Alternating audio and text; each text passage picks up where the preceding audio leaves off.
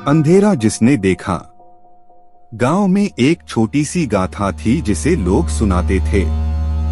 यह गाथा अद्भुत और डरावनी थी, लेकिन वास्तविकता में इसका सच अज्ञात था।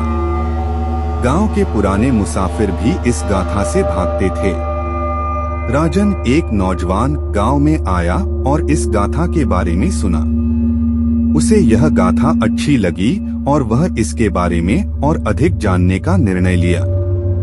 गांव में जाते ही राजन ने सुना कि इस गाथा के अंदर एक पुरानी हवेली छिपी है, जिसके बारे में अधिक जानकारी पाने के लिए वह हवेली में प्रवेश करने का निर्णय लिया। हवेली के पास पहुंचते ही राजन को एक अजीब सी आवाज सुनाई दी। कौन हो?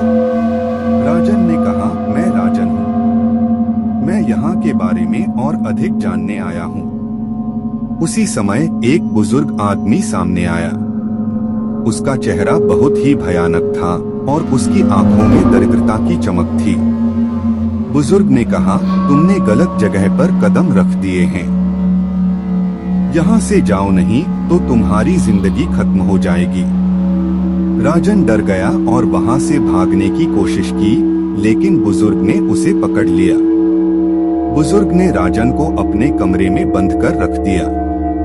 उसने राजन से कहा, तुमने जो यहाँ की जगह पर आकर यह गलती की है, वह तुम्हारे लिए बहुत भारी होगी।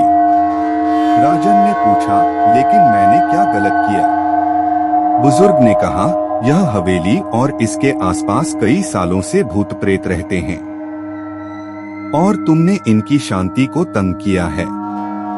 राजन ने उसे नहीं माना और बचने की कोशिश की, लेकिन बुजुर्ग ने उसे पकड़ लिया और उसे एक कमरे में बंद कर दिया। राजन ने सोचा कि वह इससे कैसे बाहर निकल सकता है। उसने कुछ समय तक उस कमरे में विचार किया और फिर उसने दीवार पर लिखा, मुझे यहाँ से निकाल दो। अचानक दरवाजा खुल गया और राजन बाहर निकल गया। जैसे ही वह बाहर निकला, वहाँ पर उसके दोस्त खड़े थे। उसने अपने दोस्त से पूछा, तुम कैसे आए? दोस्त ने कहा, मैंने तुम्हारे लिए यहाँ पर गेट खोल दिया था, लेकिन तुम्हारा अब जाना जरूरी है। राजन और उसके दोस्त गांव से बाहर निकले और वहां से जल्दी से चले गए, लेकिन राजन ने वहां का अनुभव कभी भूला नहीं। वह जानता था कि गांव में जो भी हुआ, वह बस इसी गाथा की वजह से हुआ था।